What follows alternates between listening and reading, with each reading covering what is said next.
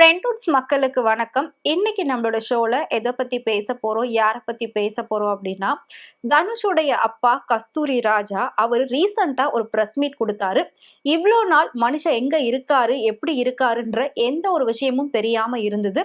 But ரீசெண்டா அவர் கொடுத்த press meet, அதுல அவர் கொடுத்த ஒரு சில ஹிண்ட், இதுதான் இப்ப பயங்கர வைரலா போய்கிட்டு இருக்கு. சோ அது என்ன அப்படிங்கறத பார்க்கலாம். இயக்குனர் கஸ்தூரி ராஜா தெரியாதவங்க இருக்கவே முடியாது. அதாவது இயக்குனர் கஸ்தூரி ராஜா அவர்களுடைய பிள்ளைதான் தனுஷ் அப்படின்னு சொல்றதை விட, தனுஷ் அவங்களுடைய அப்பா தான் கஸ்தூரி ராஜான்னு சொல்ற அளவுக்கு இன்னைக்கு அவரோட பிள்ளைகள்லாம் உச்சத்துல இருந்துகிட்டு இருக்காங்க. குறிப்பா சொல்லணும் அப்படின்னா, ஆரம்ப காலகட்டத்துல தனுஷ் ஒரு நடிகரா அறிமுகமானாரு.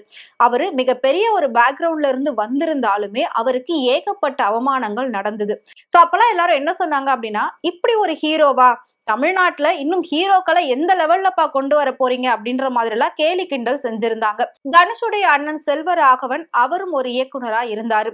சோ அவர் பல படங்களை இயக்கியிருக்காரு. அந்த படங்கள்லாம் நல்ல ஒரு வெற்றி அடையவும் செஞ்சிருக்கு. சோ எப்படியாவது தன்னோட தம்பியை கொண்டு வரணும் அப்படின்னு சொல்லி சின்ன சின்ன படங்களா எடுத்து கொண்டு வந்தாரு.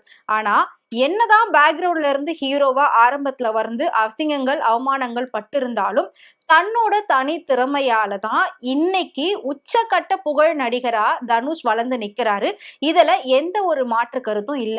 சோ உண்மையை சொல்ல போகணும் அப்படின்னா, நிறைய இப்பெல்லாம் ஜென்சி கிட்ஸ் இருக்காங்க. ஜென்சி கிட்ஸ்ன்னு சொல்றதை விட நெப்போ கிட்ஸ்ன்னு சொல்லலாம். அதாவது நடிகர்கள், இயக்குனர்கள், அடுத்து அப்படியே இவங்களோட பிள்ளைகள்லாம் வந்து இப்போ ஹீரோ ஹீரோயின் அப்படின்னு வந்துகிட்டு இருக்காங்க. அந்த வகையில தனுஷ் அந்த மாதிரி வந்தாரா அப்படின்னு கேட்டா கண்டிப்பா கிடையவே கிடையாது. அவர் அந்த பேர்ல வந்திருந்தாலும் இன்னைக்கு வந்தவங்க எல்லாம் இருக்கிற இடம் தெரியாம ஒரு படம் 2 படம் பண்ணிட்டு போயிட்டாங்க. ஆனா தனுஷ் மட்டும்தான் இந்த அளவுக்கு வளர்ந்து நிக்கிறாரு. ஒரு காலகட்டத்துல ஃபுல் அண்ட் ஃபுல் பாசிட்டிவான ஒரு வைப் இருந்தது தனுஷை பத்தி எல்லாரும் பேசின விஷயத்துல. சோ அதுக்கப்புறமா ஃபுல் அண்ட் ஃபுல் நெகட்டிவான கமெண்ட்ஸ் தான் வந்தது தனுஷோடைய செயல்கள்ல. சோ அவர் வந்து பல பெண்களோட டேட் பண்றாரு, எந்த குடும்பத்துல எந்த விவாகரத்து நடந்தாலும் அதுக்கு தனுஷ் தான் காரணம் அப்படின்னு சொல்லி அவரை பத்தி விமர்சனம் பண்ணி பேசாதவங்க யாருமே இருக்க முடியாது. பட் பேசுறவங்க என்ன வேணா பேசிட்டு போங்க, நான் என்னோட உச்சத்துக்கு நான் போயே தீருவேன் அப்படின்னு சொல்லி ஒவ்வொரு விஷயத்தையும் ரொம்ப சூப்பரா பண்ணி இன்னைக்கு ஹாலிவுட்டே தன்னோட கால்ஷீட்டுக்காக காத்துக்கிட்டு இருக்க அளவுக்கு இருக்காரு அப்படின்னா அது வந்து நடிகர் தனுஷ் மட்டும் தான். சோ அந்த அளவுக்கு அவருக்கான ஒரு இடத்தை சினிமாவில் பிடிச்சிட்டாரு. சோ இப்போ வந்துட்டு பாத்தீங்கன்னா அவருடைய அப்பா கஸ்தூரி ராஜா ரொம்ப வருஷங்கள் எந்த ஒரு படமும் பண்ணாம திரைத்துறையிலே இல்லாம ஒதுங்கி அவர் வந்து குடும்பம் அப்படின்ற மாதிரி வாழ்ந்துட்டு இருந்தாரு. இப்போ ரீசெண்டா நடந்த ஒரு ஃபங்க்ஷன்ல பிரஸ் மீட் கொடுத்திருக்காரு. அதுல அவர் பேசின ஒரு சில விஷயம் தான் பயங்கர வைரலா போய்கிட்டு இருக்கு. சோ அதுல அவர் என்ன சொல்லியிருக்காரு அப்படின்னா, ஃபர்ஸ்ட் வந்து ஒரு நடிகரா இருந்து முதலமைச்சரா வந்திருக்கக்கூடிய விஜய் அவர்களை பத்தி வந்து பேசினாரு.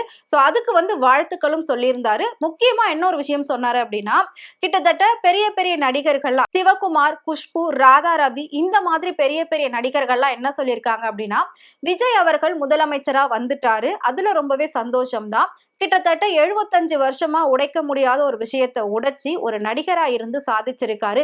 அது நம்மளோட சினிமா துறைக்கே மிகப்பெரிய ஒரு சாதனையா அமையும், மிகப்பெரிய ஒரு பெருமை சேர்க்கிற விதமா தான் இது பார்க்கப்படுது. சோ அவர் இப்பதான் முதலமைச்சரா பொறுப்பு ஏற்றிருக்காரு. சோ அவருக்கு நாம கொஞ்சம் கால அவகாசம் கொடுக்கணும், கண்டிப்பா நிறைய மாற்றங்கள் வரும் அப்படின்னு எல்லாருமே நம்பிட்டு இருக்காங்க. சோ அந்த நம்பிக்கை வீண் போயிடக்கூடாது அப்படின்னு தான் நானுமே நினைக்கிறேன். சோ இளைய தளபதி விஜய் அவர்களுக்கு வாழ்த்துக்கள் அப்படின்ற மாதிரி சொல்லியிருந்தாரு. அவர் இளைய தளபதி விஜயா தான் இன்னமும் அவரை பார்த்துட்டு இருக்காரு.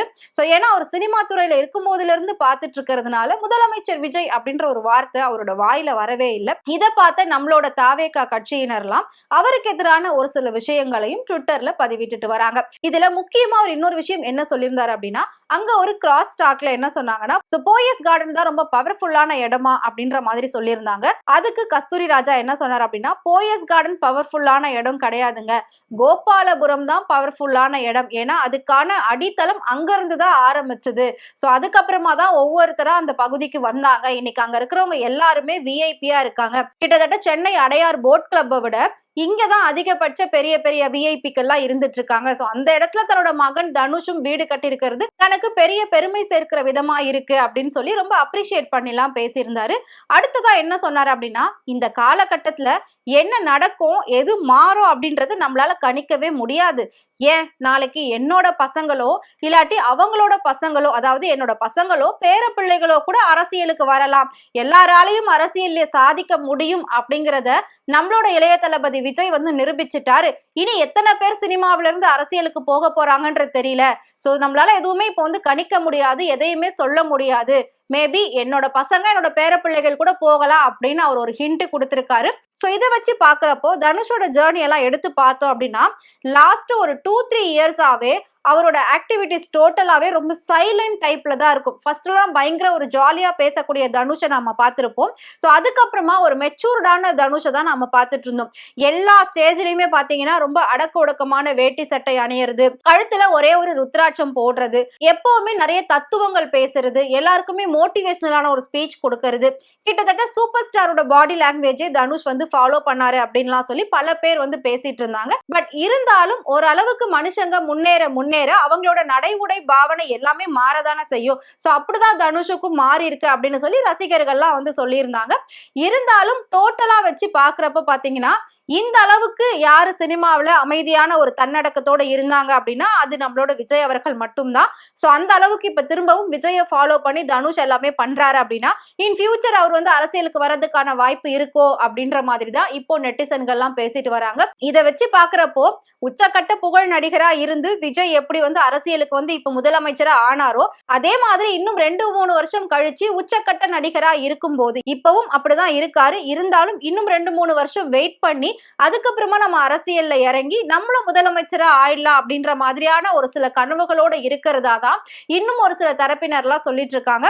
இதுல முக்கியமா தனுஷ் வந்து 150 கோடியில போயஸ் கார்டன்ல வீடு கட்டியிருக்காருப்பா. அதுவும் சூப்பர் ஸ்டாருக்கு அகைன்ஸ்டா தான் அவர் அதை ஸ்டார்டே கட்டினாரு அப்படின்ற மாதிரி ஒரு விஷயம் நமக்கு ஏற்கனவே தெரியும். ஏற்கனவே இருந்த முதலமைச்சர்களுடைய வீடு எல்லாமே போயஸ் கார்டன்ல தான் இருந்தது. இப்ப கூட ரீசெண்டா இன்னொரு விஷயம் ரொம்ப பேசு பொருளாச்சு. என்ன அப்படின்னா முதலமைச்சர் விஜய் அவர்கள் சட்டமன்றத்திற்கும் அவரோட வீட்டுக்கும் ரொம்ப லாங் டிஸ்டன்ஸா இருக்கு. இதனால வந்து போக்குவரத்து நெரிசல் ஏற்படுது. சோ நியர்பையா அவர் வீடு பாத்துக்கிட்டு இருக்காரு. முக்கியமா போயஸ் கார்டன்ல ஒரு வீடு வாங்குறதா ஒரு பேச்சு போய்கிட்டு இருக்கு. தனி வீடு போயஸ் கார்டன்ல பாத்துக்கிட்டு இருக்காரு. சோ வேலை செய்யற நேரம் எல்லாமே வந்து இங்க இருந்து அங்க போறதுக்கு ஈஸியா இருக்கும். இதனால வந்து போக்குவரத்து பாதிப்பு நெரிசல் எதுவுமே ஏற்படாது அப்படின்ற மாதிரி ஒரு யோசனையில அவர் இருக்கிறதாவும் சோ அதுக்கான வேலைப்பாடுகள்லாம் நடந்துகிட்டு இருக்கிறதாவுமே நியூஸ் எல்லாம் வந்தது. இதுக்கு முன்னாடிதான் நடிகை நயன்தாரா போயஸ் கார்டன்ல ஒரு அபார்ட்மெண்ட் வாங்கினாங்க. ஏற்கனவே அங்க அவங்க ஸ்டுடியோ வச்சிருக்காங்க.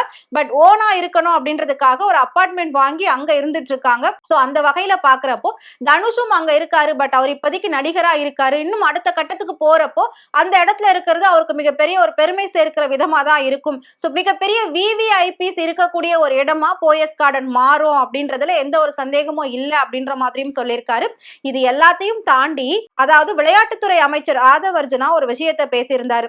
எப்பவுமே விவசாயத்தை விட விளையாட்டுத்துறை தான் ரொம்ப கடினமானது அப்படின்னு சொல்லியிருந்தாரு. சோ அதுக்கு பதிலடி கொடுக்கிற விதமா கஸ்தூரி ராஜாவும் ஒண்ணு சொல்லியிருக்காரு. என்னன்னா தம்பி விளையாடுறதுக்கே சாப்பிட்டாதான் நம்மளால தெம்பா விளையாட முடியும். சோ விளையாடணும் அப்படின்னா நம்மளோட உடம்புல தெம்பு வேணும். அதுக்கு சாப்பாடு முக்கியம். அதனால எந்த துறையை விடவும் விவசாயத்துறை அப்படிங்கிறது வந்து ஈஸி கிடையாது. அதுதான் முதல் கடினமான துறை. அதுதான் வந்துட்டு முக்கியமான ஒரு துறையாவும் பார்க்கப்படும். சோ அதுக்கப்புறமா தான் மத்த எல்லா துறையுமே அப்படின்ற மாதிரி பதிலடி கொடுத்திருக்காரு. ஆதவர்ஜுனா சொன்ன இந்த விஷயத்துக்கு இன்னும் பல ஊர்கள்ல இருந்துமே கண்டனங்கள் எழுப்பிக்கிட்டு இருக்காங்க. சோ ஆர்ப்பாட்டங்களை நடத்திக்கிட்டு இருக்காங்க. இந்த அளவுக்கு ஒரு விஷயம் சினிமாவை தாண்டி அது அப்படியே அரசியல் மோகத்துல போய்கிட்டு இருக்கு. நடிகர்கள் எல்லாருமே இப்ப எது பேசினாலும் அது அரசியல் கூட வந்து வச்சு பார்க்கக்கூடிய அளவுக்கு தான் இன்னைக்கு ஒவ்வொருத்தருடைய பேச்சுகள், செயல்கள், நடவடிக்கைகள் எல்லாமே இருந்துட்டு இருக்கு. இதை வச்சு பாக்குறப்போ அடுத்தடுத்து உச்சத்துல இருக்க நடிகர்கள்லாம் அரசியலுக்கு வந்துருவாங்களா அப்படின்னு பல பேர் கேள்விகளும் எழுப்பிக்கிட்டு இருக்காங்க. சோ வெயிட் பண்ணி பார்க்கலாம் கஸ்தூரி ராஜா அவர்கள் சொன்ன இந்த வார்த்தை எந்த லெவல்ல போய் முடிய போகுது அப்படின்னு சொல்லி. இன் ஃபியூச்சர் மேபி தனுஷ் அரசியலுக்கு வராரா இல்லையா அப்படின்னு பார்க்கலாம். ஏன்னா இன்னைக்கு இருக்கக்கூடிய நிறைய யங்ஸ்டர்ஸோட மனசுல இருக்கிற ஒரே நடிகர்னா தனுஷ் தான். சோ எல்லாருக்குமே அவர் ரொம்பவே பிடிக்கும். அதே மாதிரி குழந்தைங்கள்ல இருந்து பெரியவங்க வரைக்கும் எல்லாருக்குமே ரொம்ப பிடிக்கும். சோ அதை வச்சு கூட அவர் அரசியலுக்கு வர்றதுக்கான வாய்ப்பு இருக்கு. அவர் நினைக்கலாம். பட் நமக்கு தெரியாது. கஸ்தூரி ராஜா அவர்கள் சொன்ன மாதிரி எப்போ எது நடக்கும் அப்படின்றது நம்மளாலே கணிக்க முடியாது. அப்படிதான் இப்ப எல்லாமே நடந்துகிட்டு இருக்கு. மாற்றம் வேணும்னு நினைச்சாங்க. இப்போ ஒவ்வொரு விஷயமும் மாறிக்கிட்டு இருக்கு. அதே மாதிரி இதுவும் மாறுதா அப்படின்றத நம்ம வெயிட் பண்ணி பார்க்கலாம். அதுக்கு முன்னாடி நடிகர் தனுஷ் உங்களுக்கு பிடிக்கும் அப்படின்னு நினைச்சீங்கன்னா மறக்காம கமெண்ட் பாக்ஸ்ல சொல்லுங்க. இதே மாதிரி இன்ட்ரெஸ்டிங்கான சினிமா பத்தின டே பை டே அப்டேட்ஸ் தெரிஞ்சுக்கணும் அப்படின்னு நினைச்சீங்கன்னா மறக்காம ஃப்ரெண்ட்வுட் சேனலை ஃபாலோ பண்ணிக்கோங்க.